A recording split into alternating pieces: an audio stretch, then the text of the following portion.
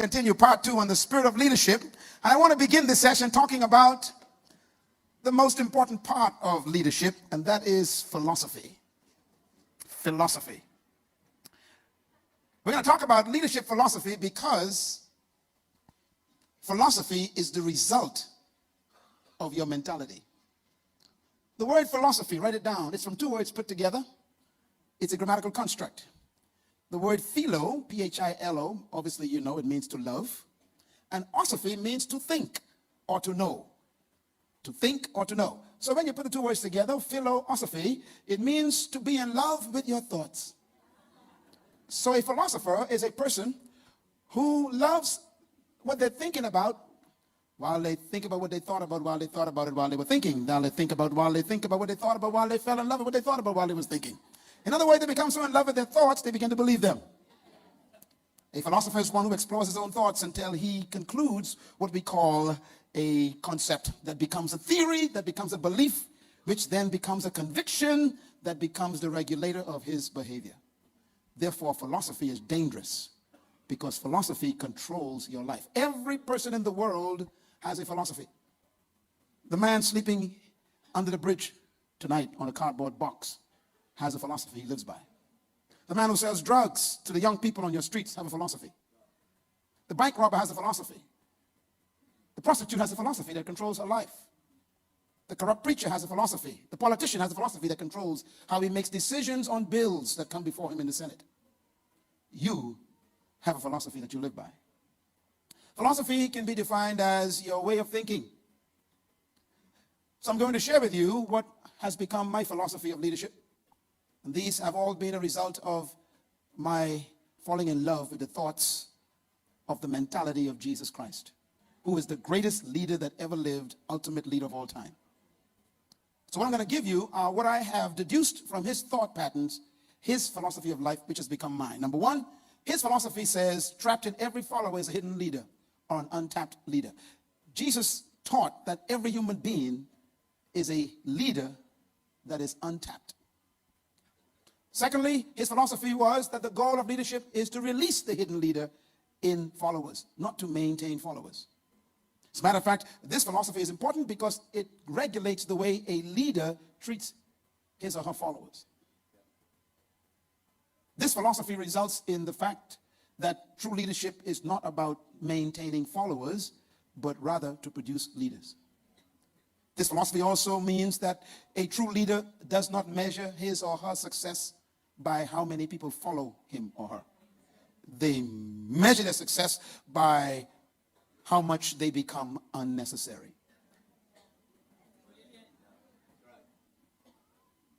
So true leadership is about working yourself out of a job. I'm coming. This is the mentality of Jesus. I'm going to prove it to you in a minute. And thirdly, true leadership focuses on producing leaders, not maintaining followers.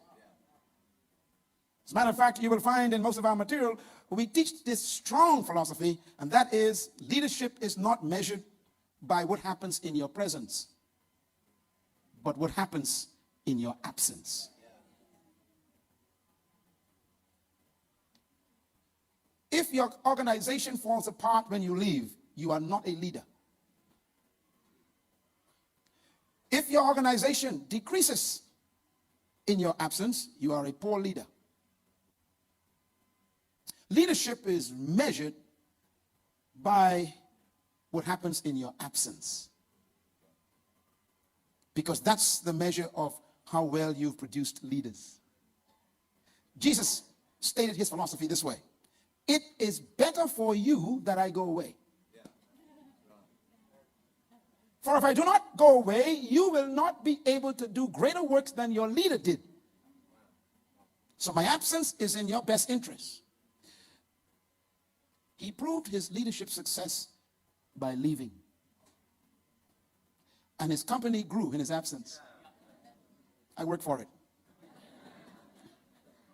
He has the oldest company in history, 2,000-year-old company.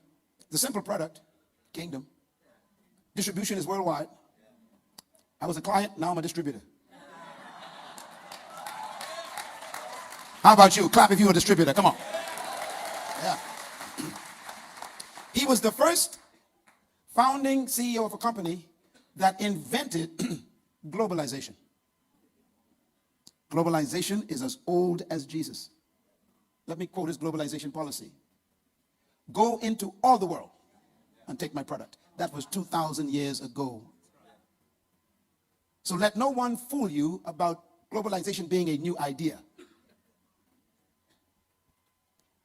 Leadership is producing leaders, not maintaining followers.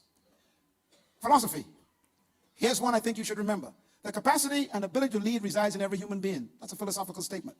Number two, leadership is like a tree trapped in a seed. That's a philosophy. If you believe that, then you will not throw people away. You will not cancel people who fail. Because you will believe that trapped under that behavior is an awesome, untapped person. That's why Jesus went after Peter after he failed. Because he knew he was still the leader. Philosophy. Number three, leadership manifestation requires the right environment. It has to be cultivated. And it has to be given opportunity. You know, a seed has more than you think in it. A seed has a forest.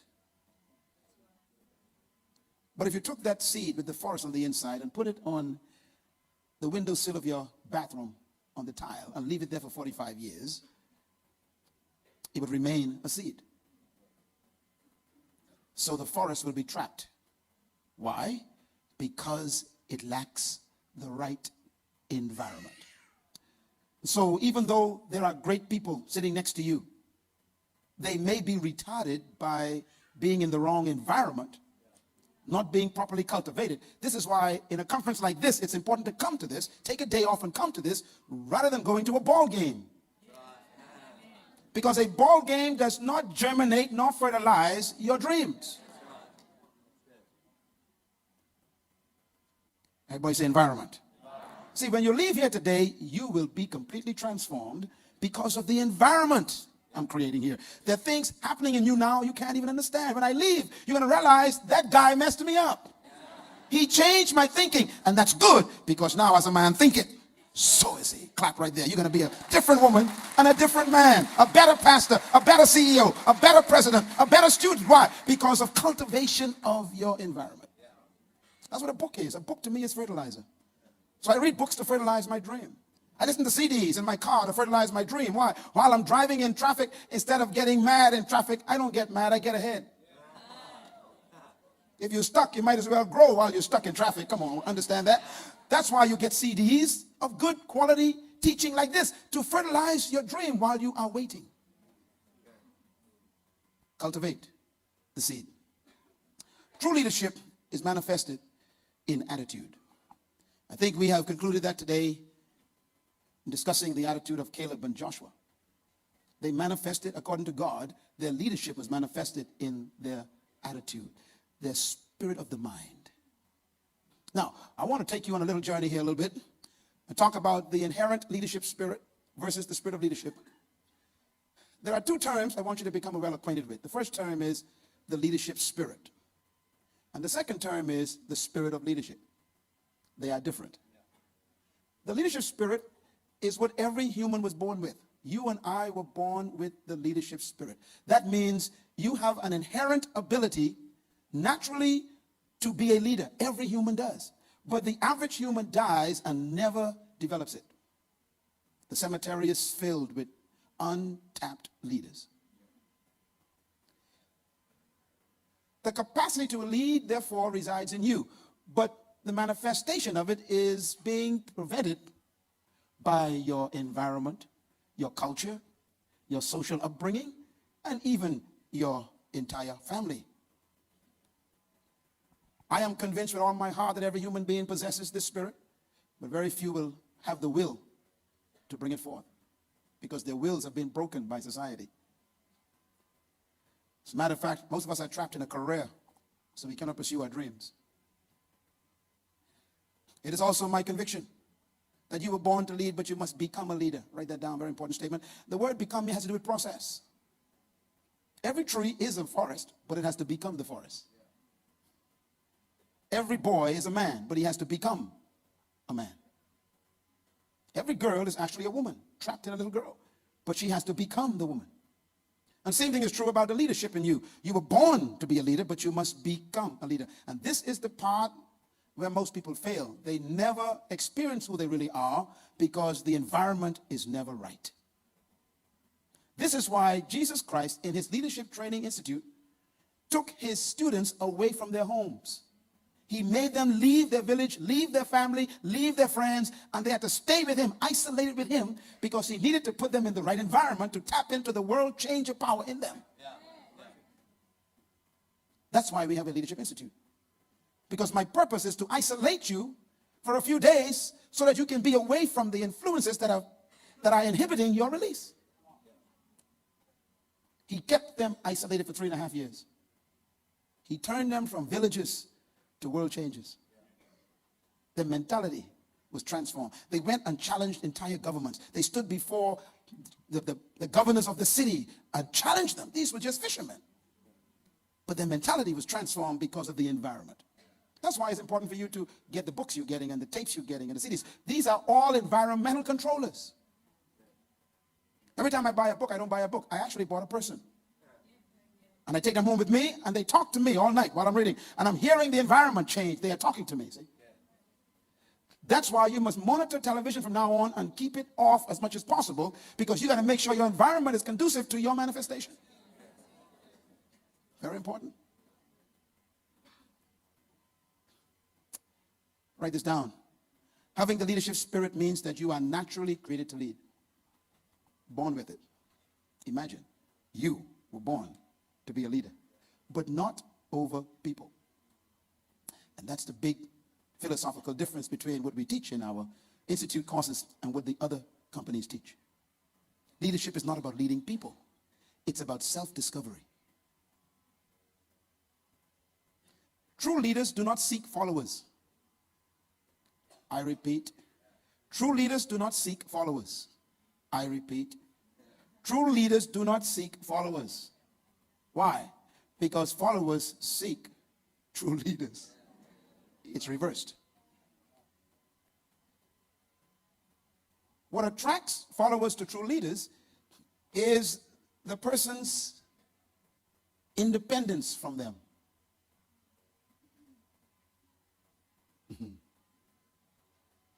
I went over your head, I could sense it. Okay.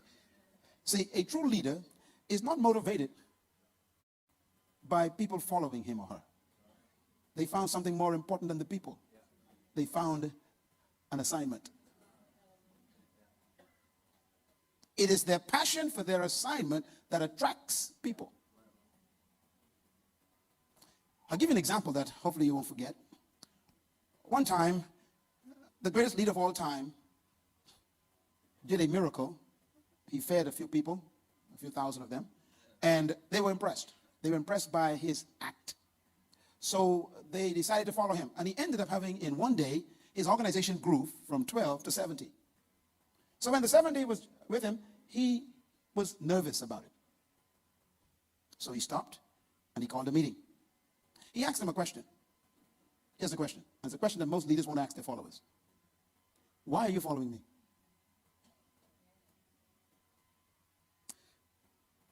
Before they could answer, he answered it for them. He said, I know why you're following me. Is it not because of the fish and bread that I gave you yesterday? You don't really follow me. You are following what you could get from me.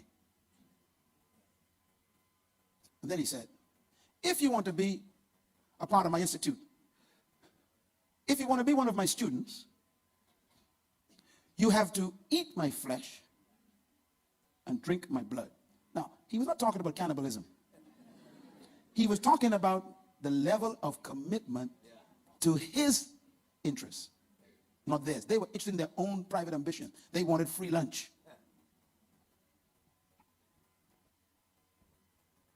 They were following him for what they could get, not for what he was trying to achieve.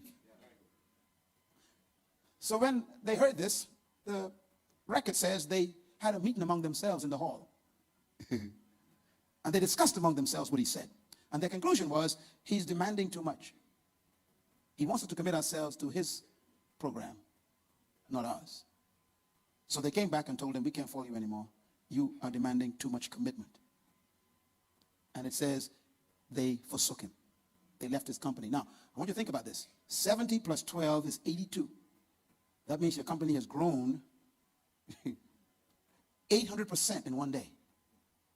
And in one day, it fell 80%. Now, you would think that would depress a leader. If 80% of your people leave you tomorrow, you go into depression.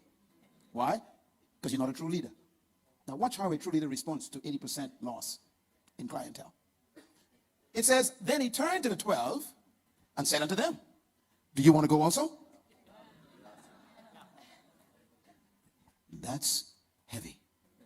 Because he was telling them, you want to leave also? I will go if I go by myself. See, a true leader is not in the business for the sake of the followers. You'll get it after I'm gone. A true leader is someone who discovers something more important than the followers. They discovered a purpose, a destiny, an assignment, a reason for living and dying. Listen, if what you're doing, you are not willing to do it alone, you are not a leader yet.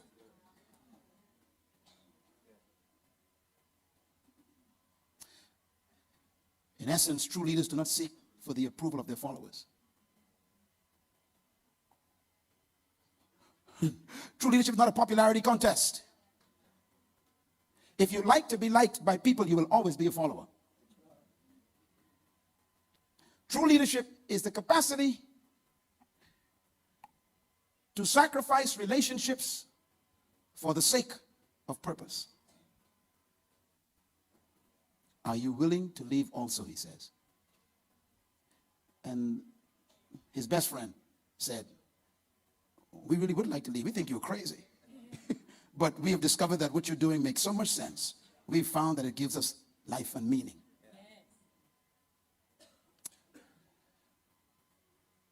Write this down, please.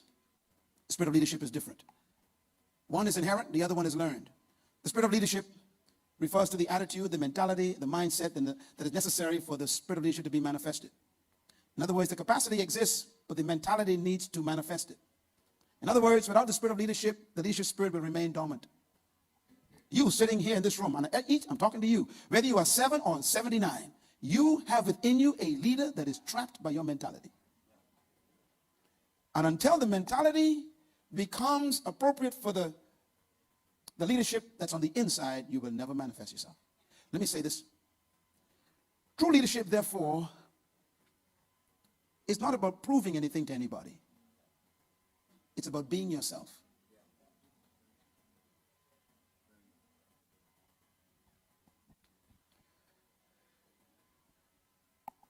Having the spirit of leadership means that you understand and demonstrate the mindset of a leader. You have become one with your nature.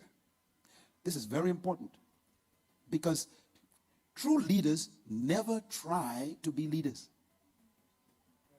It is a natural manifestation of their reconnection with their true self. They decide to become themselves. That's why true leaders are naturally humble. You do not meet a true leader who needs to be humble. Let me tell you something about humility that may shock you. Write the word humble down. It's a very important word, humble. In my book out there on becoming a leader, I hope you get that book out there, I talk about 21 specific qualities of a leader. One of them is humility. And humility is misunderstood.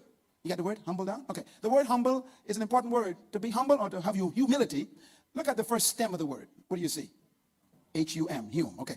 That's because the original Greek and Hebrew word of the word humble is from the word, write this down, humus. Humus, H-U-M-U-S. It is the word dirt or earth. The word humus is the foundational concept of humility. Matter of fact, because to be humble means to be earthy. The reason why it is used in scripture that way is because to be humble means to be earthy, because it refers to what humans are. Humans are dirt, which means be yourself. So anyone who has to be humble or has to pretend to be humble or try to be humble, what they are telling you is they are not themselves. It's very important. That's why a true leader doesn't try to be humble. They're too busy being themselves. I am what I am. It's just me. I love me a lot. Now, let me just say one thing about humility. Humility, therefore, always shows up in confidence. When a person is themselves, they manifest a natural confidence. Now, the problem is people who are insecure that are around them, they always call confidence arrogance. Please buy this CD because I can't get you to understand all of it. See, it's important to therefore note that a true leader doesn't pretend. If they're good at something, they're good at it. And they don't brag about it. It's just what I am. I'm good at this. That's humility. That's why a true leader uses words like, I am, which are words that your culture taught you shouldn't use. In other words, your culture doesn't want you to be yourself. Because the moment you become yourself, they cannot control you anymore. This is too deep for you. That's why a true leader is only a leader when they declare independence from their culture. You cannot change a culture you are a part of. That's why a true leader changes history. They step away from the culture and become themselves, and they impact the culture. Listen, this is very important. Society, therefore, will tell you, do not use these words. I am. Your parents taught you that. Stop using the word I all the time. I. That's selfish. It's not selfish. It is self-consciousness. No one in the world, my son, has ever used the words I am more than Jesus. And yet we call him the most humble man that ever lived. Contradiction. If you met him, you would be intimidated by him. Guaranteed. Because no one walked around a village using terms like, I am the bread of life. I am the water of life. I am the way, I am the truth, I am the life. I am the resurrection. I am the door. I am the good shepherd. I am. And then he says, for I am lowly and humble. It is sweet. In other words, I am myself. I'm not pretending to be the bread of life. That's just what I am. It's humility. I guess the bottom line for you is, have you discovered who you am? Because if you don't know who you are actually somebody else.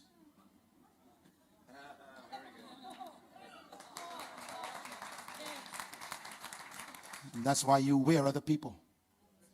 Calvin Klein, Giorgio, Yves Saint Laurent, Nike. See, we wear people to give us value.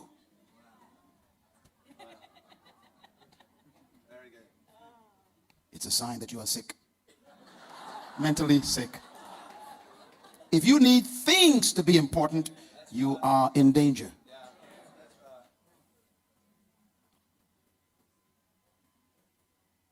When you know who you are, you can be born in a cave and still be a king.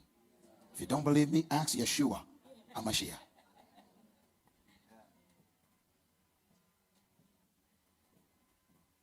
So you don't need things to be important if you are a true leader. You make things important by their association with you. It's very important. That's why true leaders are always paid money to wear other people's clothes. You still don't get it.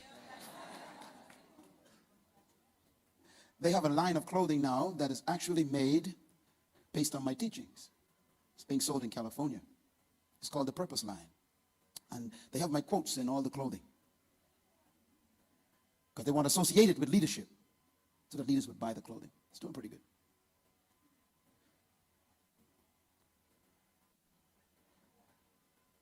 Write this down. I'm going to give you a list of what the spirit of leadership looks like. I'm going to do this very quickly, so you better write fast. Number one, the spirit of leadership is a mindset. Number two, it dictates your motivation. Number three, it is revealed in your response to the environment. Number four, it is a perception of yourself and your perception of the world. Number five, it is the conviction that regulates your thoughts about yourself and others. Number six, it is your personal private philosophy of life. That's your spirit of leadership. Number seven, it is your thoughts about yourself and your environment. Number eight, it is your belief system which controls your behavior. Number 9, it is the source of your actions which determine the response of how you interpret the world. That's your spirit of leadership. And number 10, spirit of leadership is your mental conditioning. That's how important attitude is. It controls everything.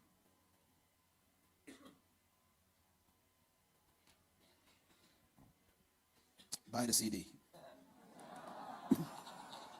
Okay, you crybabies.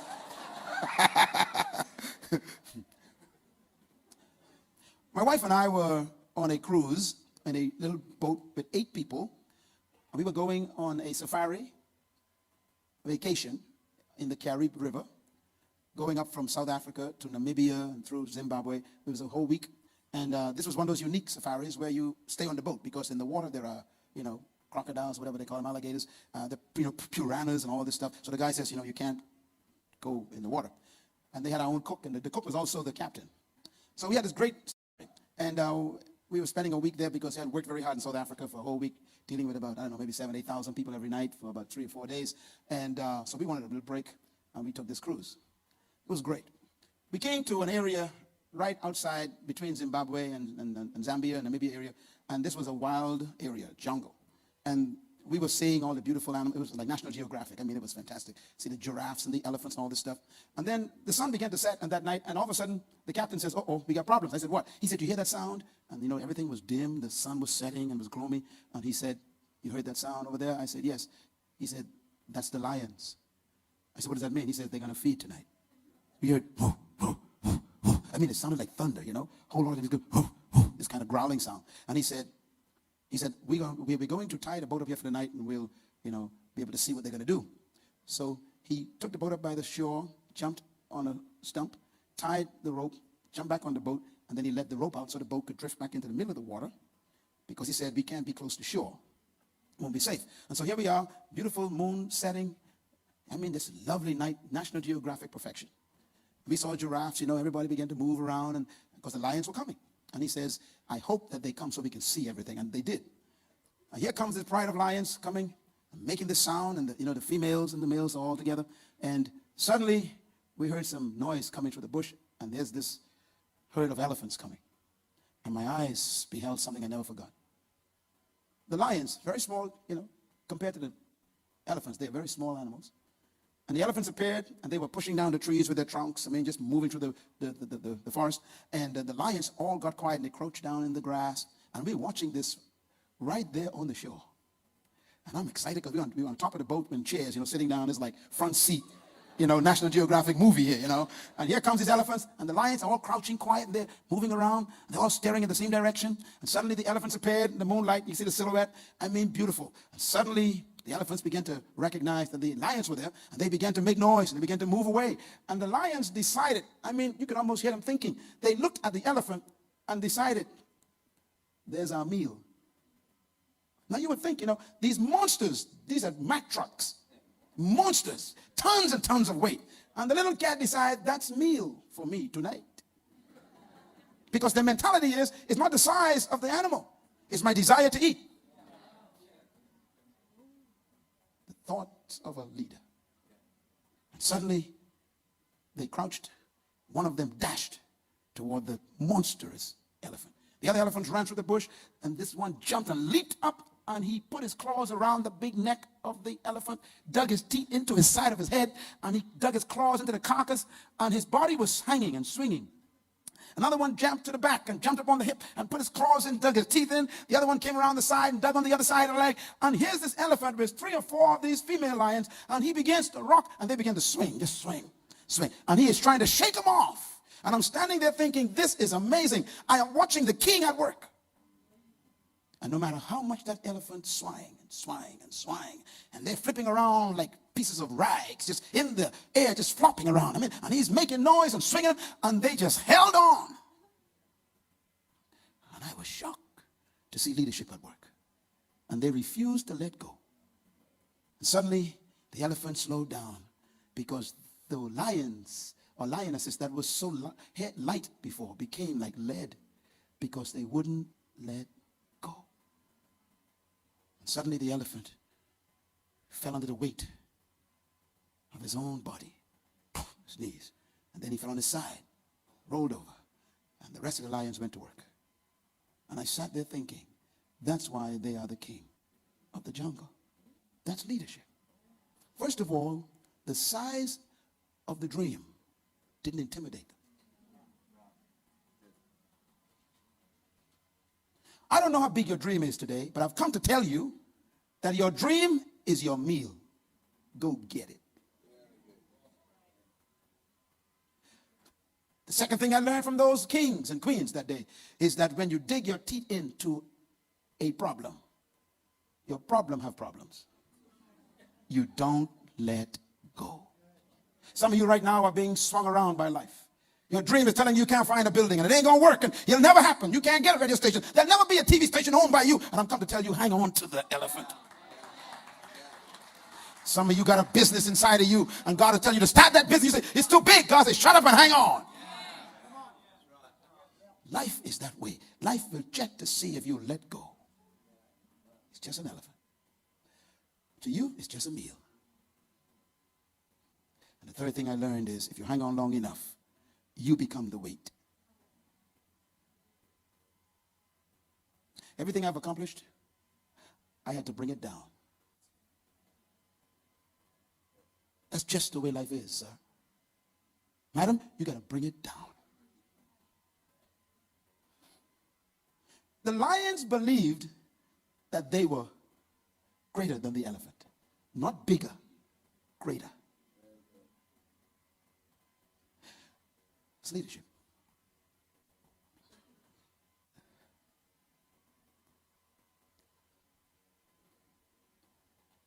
They found out something about themselves that the elephant didn't know. They knew they were greater, not bigger. There's a gentleman whose name is Mr. Mallory, who was one of the first men to attempt to climb Mount Everest. And this man put his party together. They trained for months and months, decided to go and climb Mount Everest. And we know what happened to him. Almost to the summit, a snowdrift hit. Here comes tons of snow down the mountain, wiped out his entire team. Mr. Mallory died. All of his team died except 2 men. He never made it to the mountaintop. A couple of months later, they had a celebration honoring him and his death and his great attempts. And at that particular event, they invited the 2 men who had survived to speak at the luncheon. One of them stood up to speak on behalf of the team. He got up and spoke. And they had this luncheon in the same valley where Mount Everest was. And they could see from the window of the restaurant, the mountain in the distance. And the man stood up, began to speak at the podium, began to weep. Because he remembered his boss and how they died and perished. And he even felt a little guilty that they had survived. And while he was speaking, suddenly he began to forget about the audience.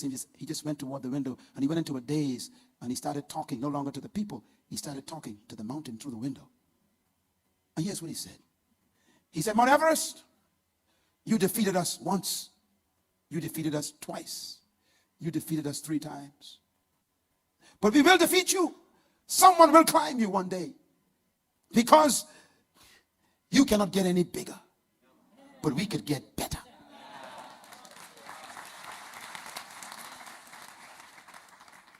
Two months later, the first one to climb Mount Everest made it to the top. That's the way lions think.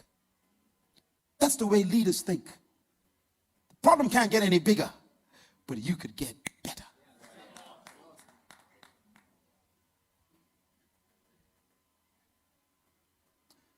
We are what we think, and we become what we continue to think.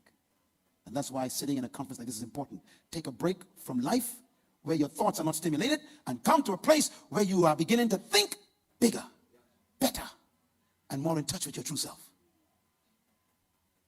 I suggest to you that you cannot rise above the plane of your mental conditioning. Never.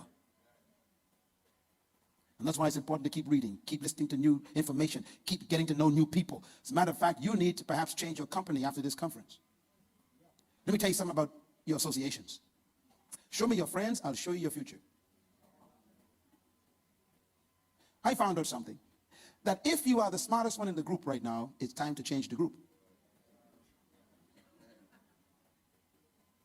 I'm going to say that again because some of you missed it. If you are the smartest one in your group, it's time to leave the group because they can no longer help you. This is why God would bring new people into your life, like me, to stretch you, to make you think beyond your little narrow limitation on your friends. That's why leaders choose their friends based on their destination. Most of us, we like people who have things in common with us. That's why you're not growing. Write this down. Until you learn something new, you are not growing. The capacity for you to grow is determined by the level of new information you keep exposing yourself to. So you must choose your friends and your company based on your dream.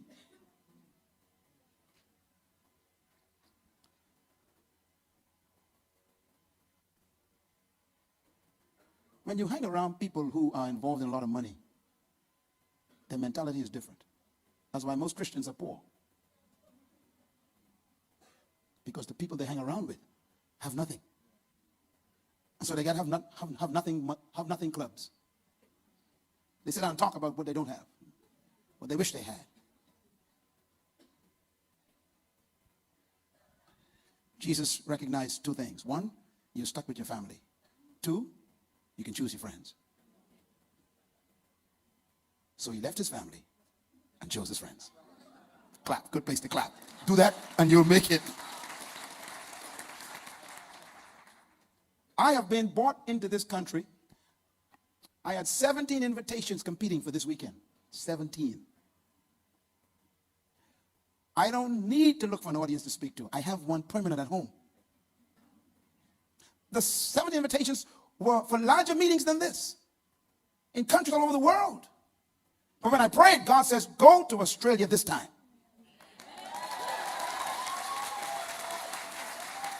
Which meant that there is someone sitting in your chair who was supposed to hear this. So he imported me just for you. You must be lions. He brings people into your life because he wants to take you to another circle of influence and exposure. So I've come because my circle is government leaders, which means that you're about to go to the next level if I am going to become associated with you. Anybody ready for the big times? You can tell where God wants to take you by the people he brings into your life. And it might mean leaving the ones you are with.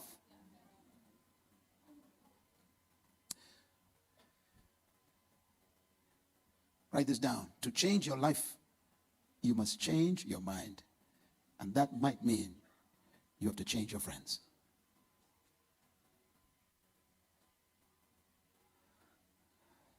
Gosh, I have so much more to say to you.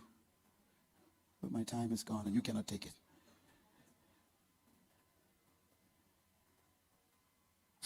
Let me give you a couple thoughts before we go. 7 principles of true leadership. You got to write this down. Very important.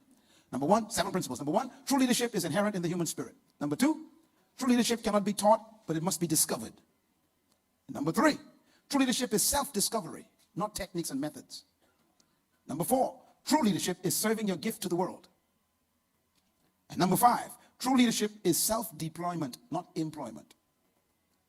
And number 6, true leadership is self-manifestation, not proving yourself to anybody. And number 7, true leadership is self-exposure. When you expose your real self, you become a leader. The real gift that you are. I have a new book. I just signed a contract with one of the largest publishing companies in the world, Time Warner. And the book that they want me to write on is a very interesting subject I've been working on for about 15 years. This will be the first book I've done on this subject. It's called The Power of Servant Leadership. And the whole research is based on Jesus and his philosophy. And they want to publish it, which is nice. And the contract is worth money, plenty money. So I signed a contract. I tell them, sure. This book is going to be dealing with this issue of what true leadership is. And I want to give this to you before you leave. See, servant leadership does not mean subservience. It's completely the opposite. True leadership is when you serve yourself to the world. So before you can serve yourself to the world, You have to first discover yourself. So servant leadership is finding your gift and serving it to the world. It's different from what you think.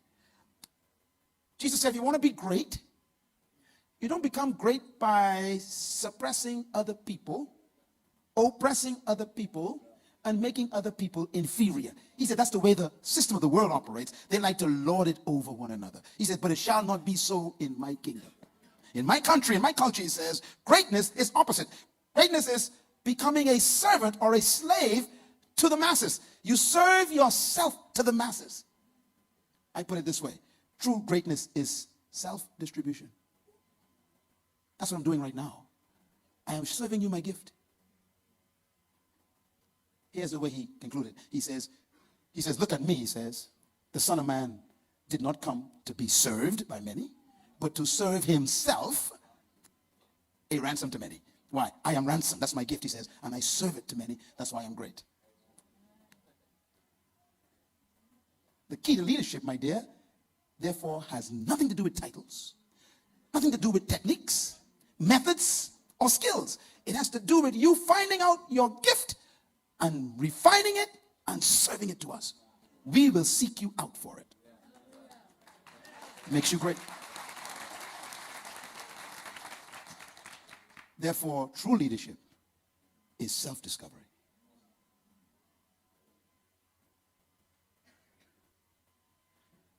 I'm a slave. That's why I'm debt free. Paradox. I'm a slave. That's why I'm here and you were there. I'm the slave. Because while you were sleeping, I had to be studying all last night. Jesus asked a question one time. The disciples were arguing, who's the greatest, who's the greatest? And he heard them. He said, what are y'all talking about? He said, do you want to be great? He said, watch this. And he calls a little child. He puts in the middle of them. He says, you want to be great? Then become like this little child. Now, what does he mean? He said, because in the kingdom of God, you become great when you act like a little child. Now, you got to study children. You tell children, go get my shoes. Go get some water. Go pick that up for me. And they just go. He says, you want to be great? Just do what everybody says. Become the servant. And then he says, who is greater? The one sitting at the table or the one who serves? I met Michael Jordan a few times. One time we were chatting. What an amazing guy. And he had read a few of my books, so he recognized me. His office was in the hotel where I was living. He has an office in a hotel. And I was living in the hotel. And we were coming down the elevator at the same time I met him. And he looked at me. He said, I know you. And I said, I know you. And we laughed for a little bit. And he said, man, your books have changed my life. I said, your hopes have changed my life. We began to chat a little bit. And I found out something, of course, years ago. That is, when you are in the presence of greatness, you don't talk much. You ask questions. Remember that. Because questions are the greatest way to education. So I asked him a lot of questions. One of them asked, I said, what's your secret to your success? I mean, look at you, man. Your name is worth $300 million. What's your secret? He said, I'm just being myself.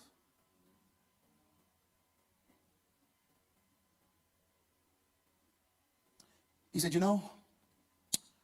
I work harder than the people who watch me. Now he's getting ready to teach me servant leadership, see?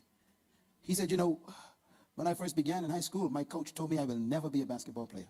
I was the most discoordinated young man. I had no kind of coordination. I couldn't bounce the ball properly. He says, my coach told me you will never play basketball and throw me off the team.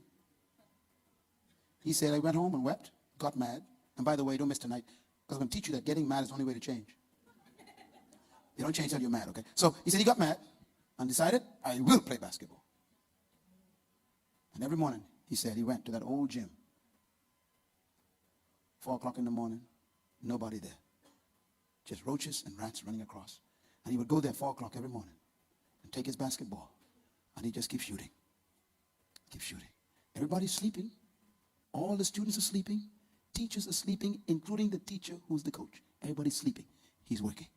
He said, I shot thousands of balls every morning. Just shot. I wanted to know how to shoot that ball in that basket. He said, months passed. That was my routine, all by myself. No one's up. I'd go there, just keep on shooting. He was a slave. See, the slave is up when the master is sleeping. And he said, suddenly it clicked, and I became so good, I would shoot with my eyes closed, and no one knew. He said that then the next semester, I went to school. Coach put me aside and said, you can't play basketball. One of the players got hurt, and he asked me, sit on the bench. Set in for him. Sat in. So they began to lose. Two of the players got hurt. They needed someone to come in. Asked him to come in. He came in, lanky guy. He says, I knew the basket. He said, I just told the guy, throw me the ball. Just throw me the ball. And they avoided him because they thought he couldn't play. And suddenly, one of the guys threw him the ball. He said, all of a sudden, 4 a.m. came upon him. And he knew he couldn't miss. And he said, 3-pointer. The coach said, that was lucky. He said, throw me the ball. They threw the ball again. He said, 4 o'clock came upon him. The slave came upon him. 3 points. And the coach says, give it to him again. They came from behind and won by 16 points. MVP player. The coach says, I think you're doing better. He said, the rest is history. He said, and after the lights came on, the camera lights came on, with millions watching, I would still go to the gym at 4 o'clock because I'm a slave. I sat there and thought about Jesus. I said, that's servant leadership. He found his gift and he served it to the world. Because the Bible says, your gift, not your education, not your techniques, not your skills, not even your training, your gift will make room for you in the whole world and will bring you before kings. That's leadership. My prayer for you is that you would be so ignited when you leave this conference tonight that they'll make room for you in the world. God bless you and see you at the top. Heavens declare your glory, the nations bow before thee, and in this place let your praise arise. The Philippines is for Christ.